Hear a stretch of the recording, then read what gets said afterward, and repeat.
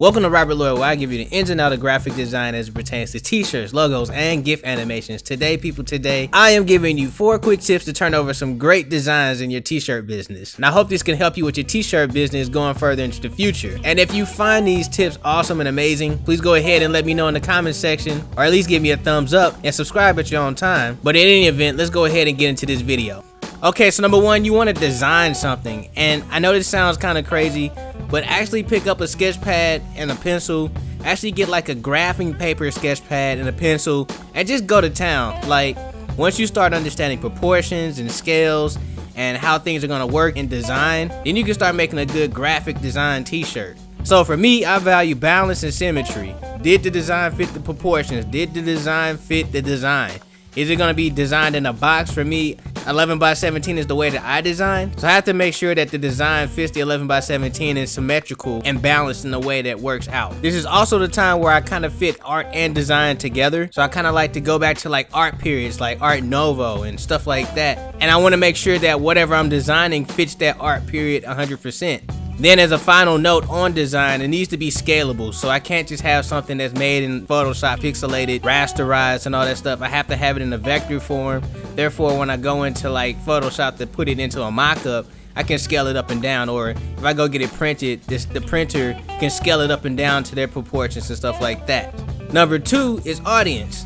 Who are we targeting? Okay, who am I designing for? So this should be number 1, but I listed as number 2 because design is number 1. Like this number 1. You have to have a good design. Is the design good enough for the audience that you're designing for? So if the audience doesn't like what you're designing, you pretty much just made art for no reason. And you really need to just ask yourself, who will like these shirts? Do they like these shirts? Why do they like these shirts? There should be a clear definitive factor on why these designs work for the audience going further. So let's just take Forever 21.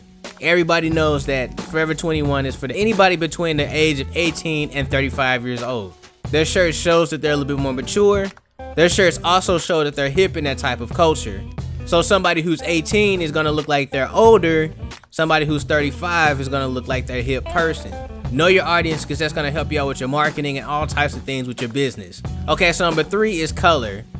So color, I'm gonna just go ahead and go on the record to say that you need to know what color your design is gonna be. You also need to know what color your t-shirts are gonna be. So if I'm designing something in black and white, I should know that my t-shirt, if it's gonna be black, that all the blacks in my design is probably gonna be knocked out for that t-shirt black. I can't have the t-shirt being black and the design having a different color black or whatnot. It's not gonna work out. So I'm gonna be in the Illustrator trying to use the Pathfinder tool to eliminate all the black in that t-shirt.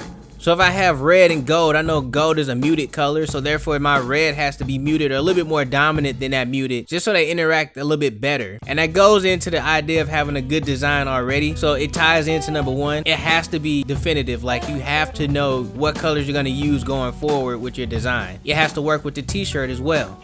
Number 4 is texture. Like, I adore texture because 1, it tells the story, okay? So it's giving you a narrative that you can follow. If you already have a narrative, you adding that narrative with the textures. 2, it gives you a feel to it. So you have a look, now you have a feel to go with it. And then with that, you also have a voice and tone, but that's in a different video. But the textures go 100% well with the design. If the design works out and you can put a texture on top of it, you're just supporting more of the narrative that you're trying to create already. I myself adore this because I like the feel. I like to know what it feels like. I like to know if it's gonna be rough. I like to know if it's gonna be smooth. I like to know if it's gonna cut my hand if I touch it. It just gives that natural feel to your design, and it's 100% necessary. And on a side note, this is not really a tip to go with the 4 that I'm talking about, but just to give you a bonus number 5, which really is not really a design aspect, just kind of more of a process aspect. You should be designing ahead, okay? So if it's July, I wouldn't be designing for August. I would be designing for December in July. I should be designing for the winter in the summer, or I should be designing for the fall in the springtime. This process is a good way to keep yourself organized and gives you flexibility for other projects going for the future. And that's it, you guys. So I hope you guys learned something today, and if you did, please let me know in the comment section below. Please go ahead and give me a like and subscribe if you like to. Stay amazing, stay creative, but above all else, stay awesome.